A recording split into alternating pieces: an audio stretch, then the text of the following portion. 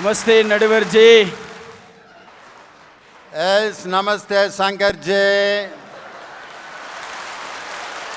मेरे बारात की यादों की बारात, मेरे कुछ नहीं है सम है बात है बात। मेरे सपने के रानी कब आएगी तो मेरे नाम जोखे ये शंकर जी, भारत माता के जय। நடுவர் அவர்களே, நான் நமஸ்தே சொன்னதுக்கு காரணம் கொஞ்ச நாளாக ஹிந்தி கிளாஸ் போகிறேன். சரி, ஹிந்தி நல்லா பேசுகிறேனான்னு உங்ககிட்ட சொல்லி காட்டினேன். நீங்கள் என்னை விட ஹிந்தி கிளாஸ் போகிறீங்களே, எந்த வாத்தியார்கிட்ட போனீங்க? நீ ஹிந்தி கிளாஸுக்கு போய் ஹிந்தி பேசினேன், நான் ஹிந்தியே தெரியாமல் எவ்வளோ அழகாக ஹிந்தி பேசினேன் பார்த்தியா? உன் பேச்சை விட என் பேச்சுக்கு தான் இங்கே கைதட்டு அதிகமாக இருந்துச்சு. காரணம் என்னன்னா, இதே மாதிரி ஒருத்தர் பேசி எல்லாருக்கும் புரியாமல் நடந்துக்கிட்டு இருக்கு இன்னைக்கு, அதனால தான் இந்த கைதட்டு. நடுவர் உள்ளிட்ட கலைஞர் தொலைக்காட்சி ரசிக பெருமக்கள் அனைவருக்கும் என்னுடைய ஆங்கில புத்தாண்டு நல்வாழ்த்துக்களை சொல்லி, சகோதரி பேசும்போது தொடங்கினாங்க, நாங்கள்லாம் பகுமான கோழியாமா. அவங்க சொல்லிட்டு போனாங்க, ஏம்மா நாட்டில் இன்னைக்கு கோழியால் யாருக்கும் பிரச்சனை இல்லை, தோழியால் தான் பல பேருக்கு பிரச்சனை.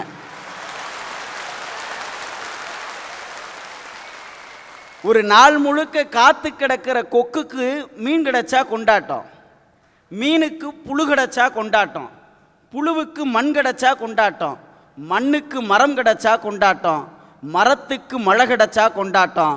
ஆனால் மக்களுக்கு எது கொண்டாட்டம்? இன்னைக்கு இருக்கிற நிலைமையில் அவங்க பணத்தை அவங்க சுதந்திரமாக செலவு பண்ண விட்டாலே அது பெரிய கொண்டாட்டம். இல்லை, நான் கேட்குறேன் நடுவர் அவர்களே, நாட்டில் இதே மாதிரி பல முறை பிரச்சனை வந்திருக்குது. ரூபா நோட்டு செல்லாதுன்னு அறிவிச்சிருக்கிறாங்க. அன்னைக்கு நாடு அப்படியே நின்னா போயிருச்சு. அதுக்கப்புறம் நம்ம அடுத்த லெவலுக்கு வரலையா? சுனாமி வந்துச்சு, அதுக்கப்புறம் இந்த நாடு அடுத்த லெவலுக்கு போகவே இல்லையா? போன வருஷம் சென்னையில் வெள்ளம் வந்துச்சு, அதுக்கப்புறம் சென்னை மக்கள் அடுத்த லெவலுக்கு வரலையா? யோசிச்சு பாருங்க, நாட்டில் எத்தனையோ பிரச்சனைகள் வந்திருக்கு, அதையெல்லாம் தாண்டி மக்கள் கடந்து வந்து கொண்டு தான் இருக்கிறார்கள். இவங்க பேசுகிறத பார்த்தாங்கன்னா என்னமோ நாட்டில் ஒரு பெரிய இடி விழுந்து யாருமே அசைய முடியாத நிலைமையில் அப்படியே நிற்கிற மாதிரி பேசிக்கிட்டு இருக்கிறாங்க.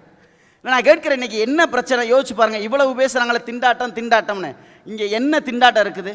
பீச்சில் மக்கள் போகாமல் இருக்கானா? பப்புல கூட்டம் கூடாமல் இருக்குதா? இல்லை பட்டுப்புடவை வாங்க பொம்பளைய ஜவுளி கடைக்கு போகாமல் இருக்காங்களா? நகை கடைக்கு போகாமல் இருக்காங்களா? பியூட்டி பார்லர் போகாமல் பொம்பளைய வீட்டில் ஒழுங்காக இருக்காங்களா? மேக்கப் போடாமல் பொண்ணு இருக்கா? இல்லை சைட் அடிக்காமல் பையன் இருக்கானா? பள்ளிக்கூடத்துக்கு போகாமல் இருக்கானா? படம் பார்க்க போகலையா? பாப்கார்ன் வாங்கி திங்கலையா? இல்லை இந்த பட்டிமன்றம் பார்க்க தான் இவ்வளவு கூட்டம் இங்கே வரலையா? என்ன சார் திண்டாட்டம்? நாட்டிலையும் வாழ்க்கையிலையும் எப்பயுமே திண்டாட்டம் இருக்க தான் செய்யும். இன்றைக்கி மக்களோட நிலைமை என்ன? போன மாதம் ஜியோ சிம் கொடுக்குறான்னு வரிசையில் நின்னான், இந்த மாதம் ஏடிஎம்மில் வரிசையில் நிற்கிறான்.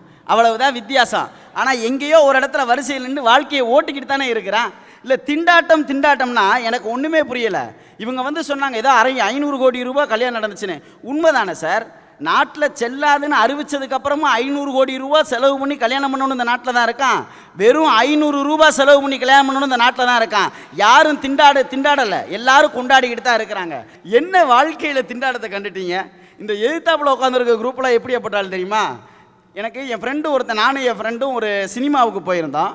டிக்கெட் கிடைக்கல, ஹவுஸ்ஃபுல் போர்டு போட்டாங்க. கொஞ்ச நேரத்தில் திடீர்னு ஓடி வந்தார் நண்பர், டிக்கெட் கிடச்சிருச்சுன்னாரு.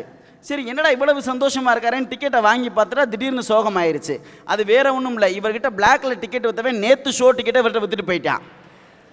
கொஞ்ச நேரத்தில் திரும்ப பார்க்குற அவர் சந்தோஷமாயிட்டார். என்ன ஆச்சுன்னு, இந்த 2 டிக்கெட்டையும் நான் வேற ஒருத்தங்கிட்ட விற்றுட்டேன்னாரு.